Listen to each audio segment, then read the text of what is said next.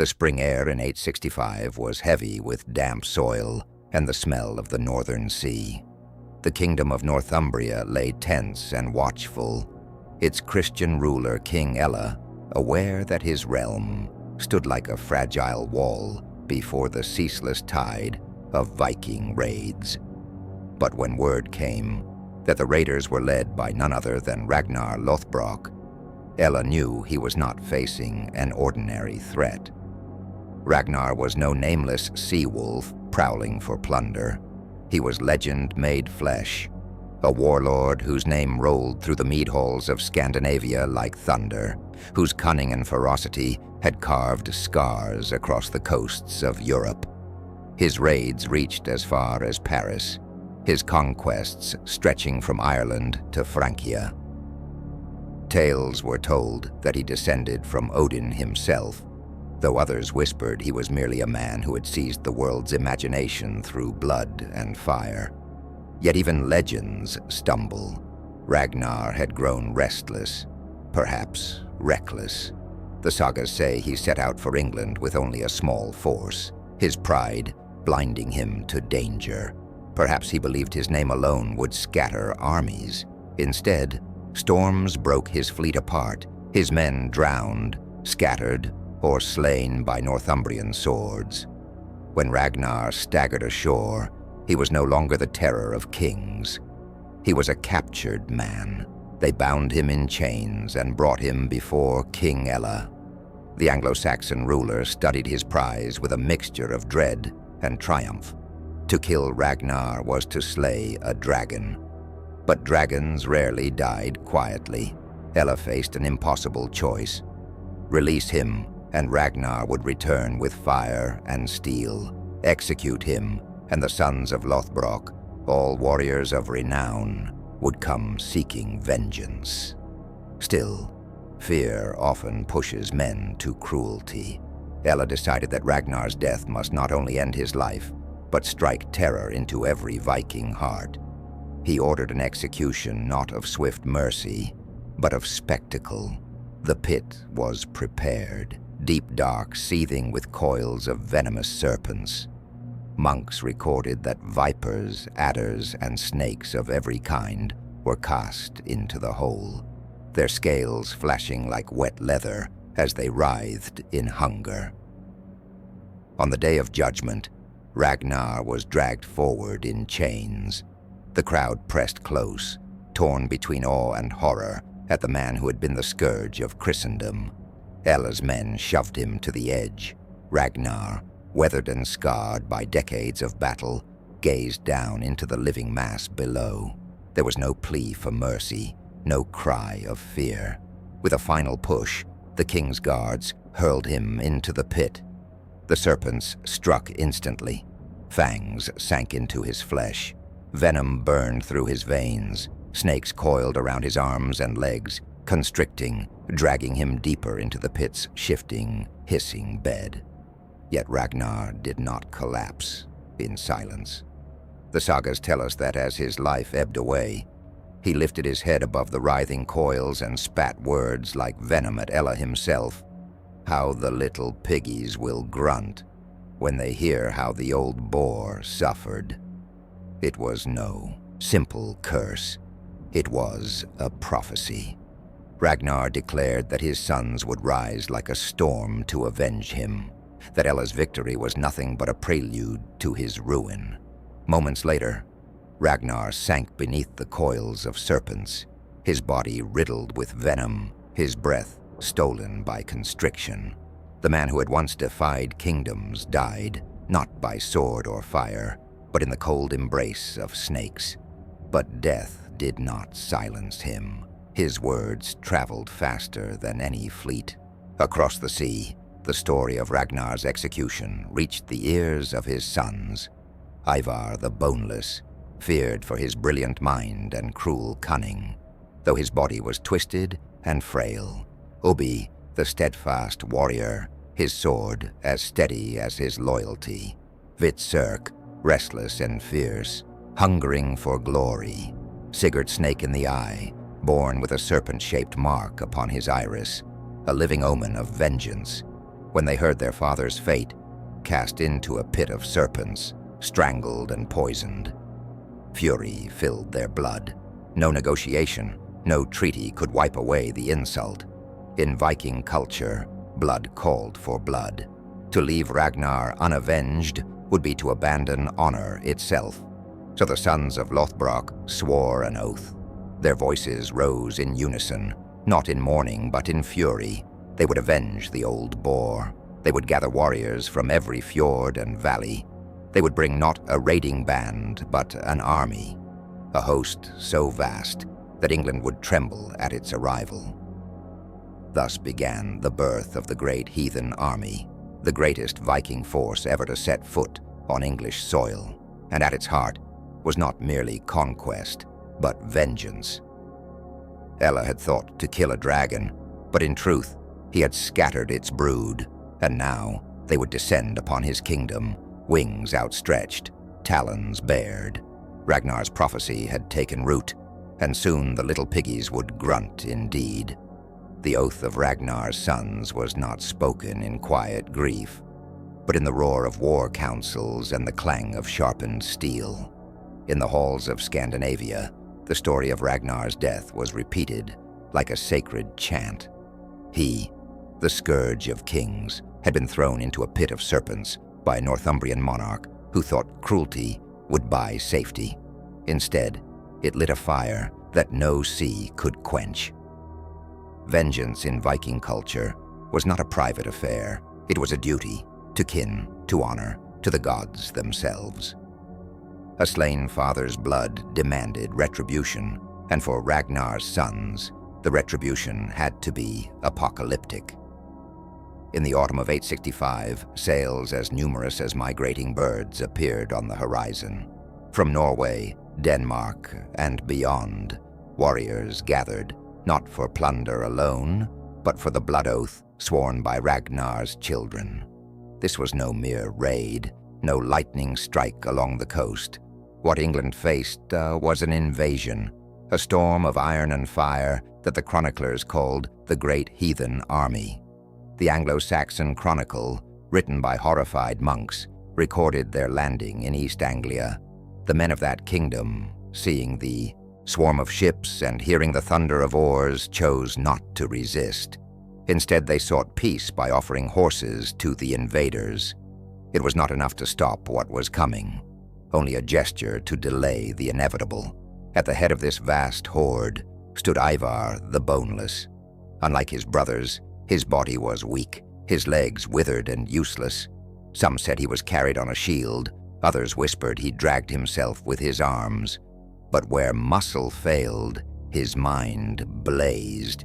He was strategist, diplomat, manipulator, the one who could turn oaths into empires. While his brothers ranged across the land, hungry for battle, Ivar turned his gaze toward the north, toward York, the heart of Ælla's realm. But he came not first with swords, but with words. The sagas tell of a parley between Ivar and King Ælla. Ivar, speaking softly, explained he bore no hatred. His father's fate, he said, was unfortunate, but understandable. Ragnar had been reckless, and Ælla as king had acted as kings must. To show peace, Ivar asked only for a modest gift, a piece of land, no larger than the hide of a single ox. Ælla, relieved, agreed. He granted the Viking cripple his wish, believing he had bought a fragile peace. But Ivar was no cripple in cunning. He took the ox hide, sliced it into strips so thin they curled like ribbons, and laid them end to end. With them, he encircled not a field, but an entire stretch of land, enough to raise a fortress. York, the jewel of Northumbria, fell within the shadow of his trick. Ælla had been deceived. He had not given peace. He had given the Vikings a foothold. From that stronghold, the sons of Ragnar gathered their warriors, feeding them from English fields, housing them in English halls, sharpening their blades for English throats. By 866, the city of York was theirs. a Viking fortress in the heart of Northumbria. Ælla, humiliated, rallied what strength remained. He called upon his nobles, summoned fyrds from across the countryside, and prayed for God's mercy. For a year he prepared, and in 867 he hurled his army at York, desperate to reclaim what was once his. The battle was ruin. The Great Heathen Army did not scatter like raiders. It fought as one, hardened by oaths of vengeance. Ælla's forces were broken, trampled, and driven to rout. Northumbria's king was seized, not slain in the field, but dragged alive into Viking hands. Now vengeance demanded payment. The four brothers stood over their father's killer, and the question burned between them: how should King Ælla die? Some argued for fire, others for the serpent pit, the very fate he had given Ragnar.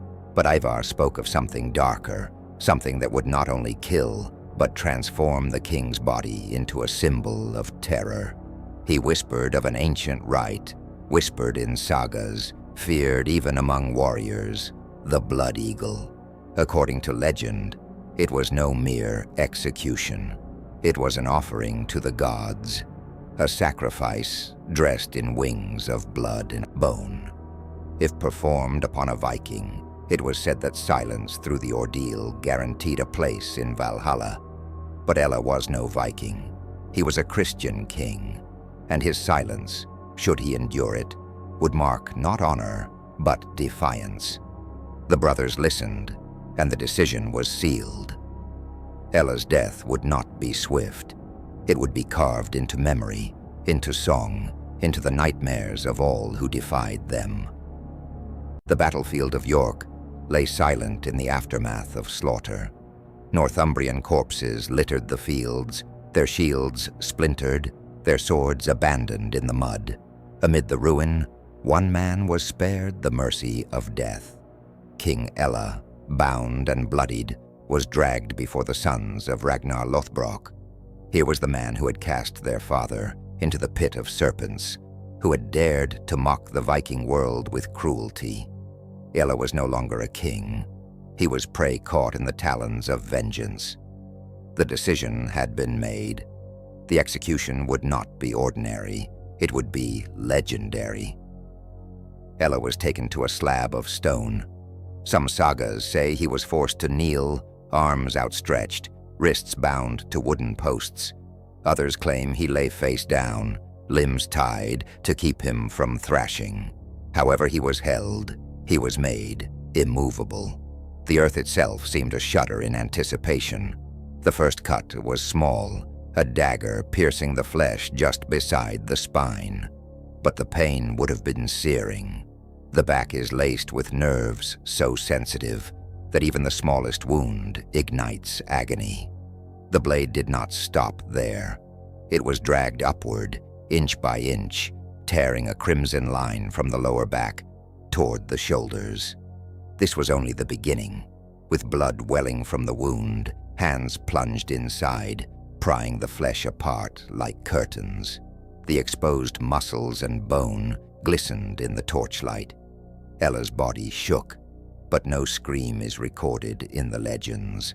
Some say he remained silent, defiant even in agony, enduring what no man should endure. Then came the breaking of bone. The ribs, one by one, were severed from the spine. Not cleanly, not swiftly, but with hammer and chisel, axe and hand, each rib cracked away from its moorings. 24 times the steel struck. 24 times flesh and bone parted.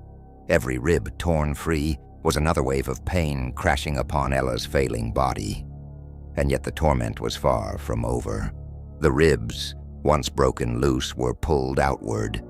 Imagine a cupboard forced open, its doors ripped wide. Ælla's chest cavity split apart. His own bones spread like grotesque wings rising from his back. Blood poured down in rivulets, soaking the stone beneath him. But the ritual demanded a final horror. The executioners reached inside, fingers closing around the lungs themselves. With deliberate cruelty, They pulled them from their cage of broken ribs and draped them over the bony wings. Each ragged breath caused the organs to swell and collapse, creating the ghastly image of bloody wings flapping against Ælla's back, the king of Northumbria, who once sat crowned in his hall, now hung in silence, transformed into a grotesque offering.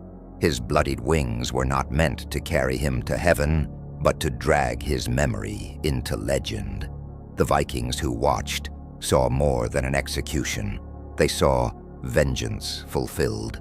They saw the prophecy of Ragnar made flesh, and they saw a warning, a vision of what awaited any king who dared to defy the sons of Lothbrok. For some, it was a sacred act. The Blood Eagle was not only torture, but sacrifice. By tearing open Ælla's body and raising his lungs like wings, they offered him symbolically to Odin, the All-Father, the god who demanded blood and battle. Others believed the ritual was meant to deny Ælla any Christian salvation, his body so desecrated that his soul would wander lost, never reaching heaven. Silence played its role too. Among the sagas, it was said that a true warrior, enduring the Blood Eagle without a scream, proved his worth even in death. Ælla was no Viking, but his silence, if the legends are true, turned his death into something more ambiguous. Was he a martyr to Christ, enduring his torment in quiet faith? Or was he, ironically, honored like a Viking, enduring his punishment with warrior's resolve? Either way, the impact was undeniable. Those who witnessed it would never forget. Monks, chroniclers, and survivors carried the story like a plague across Europe. Some heard it and shuddered at Viking cruelty. Others whispered it in awe, adding to the legend of Ragnar's sons. Fear became a weapon sharper than any axe, and the Blood Eagle its most dreadful edge. When Ælla's life finally guttered out, his body collapsed against the stone, wings of blood still framing his back. His reign ended not in a royal burial, not in Christian dignity, but in a spectacle of horror carved into saga and song. The sons of Ragnar had kept their oath. The old boar's prophecy had come true. The little piggies had indeed grunted, and England had heard their cry. The silence after Ælla's death was deafening. For the Vikings, vengeance was complete. For the Anglo-Saxons, horror had been unleashed. Yet as centuries passed, and the sagas were written down by poets and monks, the question began to emerge. Was any of this real? The truth of the Blood Eagle lies at the crossroads of legend and history, where memory distorts and propaganda thrives. The earliest and most vivid descriptions come not from eyewitnesses, but from sagas written generations later. The Ragnar's Saga Lothbrokar, the tale of Ragnar's sons, gives the clearest picture of ribs cut free, lungs pulled out, and wings of blood unfurled. In the Orkneyinga saga, a man named Halfdan Longleg is said to have suffered the same fate. Saxo Grammaticus, a Danish historian writing in the 12th century, also mentions gruesome punishments, reminiscent of the ritual. But all these sources share one problem: time. They were written decades, even centuries after the events they describe. By then, Ragnar, Ælla, and their kin had passed into legend.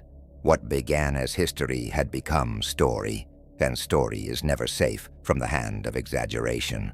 Christian chroniclers, too, may have had reasons to emphasize Viking savagery. To portray the Norse as brutal pagans was to underscore the righteousness of Christendom.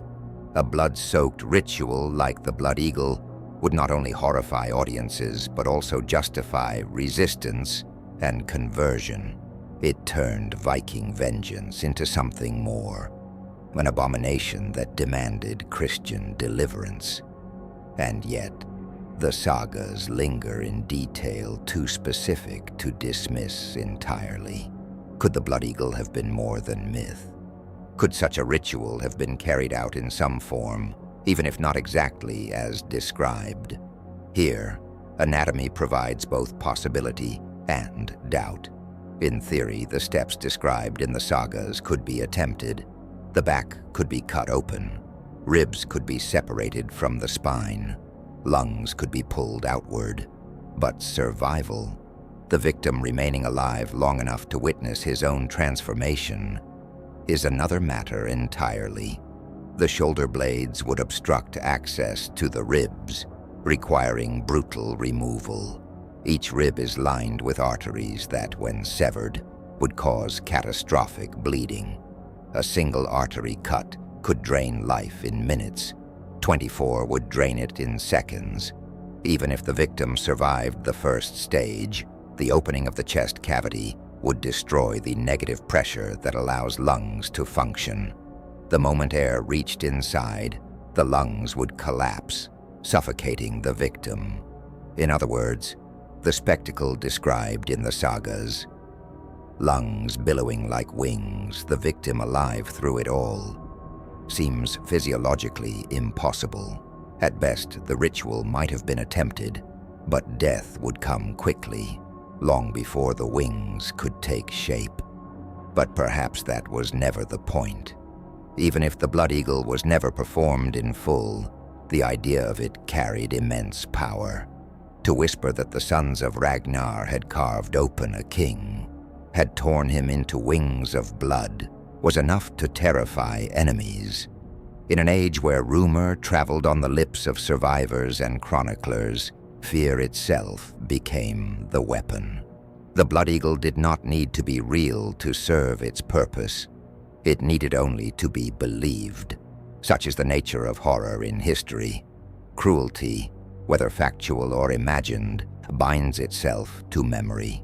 Roman crucifixions, Assyrian flayings, Aztec sacrifices, each is remembered as much for the terror it inspired as for the reality of its practice. The Blood Eagle joins that lineage, part execution, part performance, part myth-making, and so King Ælla's fate remains uncertain. Perhaps he was executed in a simpler manner, hanged, beheaded, slain by sword. Perhaps the Blood Eagle was born later, embroidered by poets who sought to magnify Ragnar's vengeance into something unforgettable. Or perhaps, in some dark corner of history, the ritual was indeed attempted, leaving behind no bones, no scars, only stories whispered in fear. What matters is not whether the Blood Eagle truly happened, but why people believed it did. It reflected the Viking spirit of vengeance, the Christian need to demonize pagans, and humanity's endless fascination with cruelty at the edge of possibility. Even today, the image lingers, ribs torn wide, lungs draped like wings, a man's body turned into a symbol. It is obscene, grotesque, and unforgettable. And that is why it survives, not as fact, but as legend, carved deeper into memory than into flesh.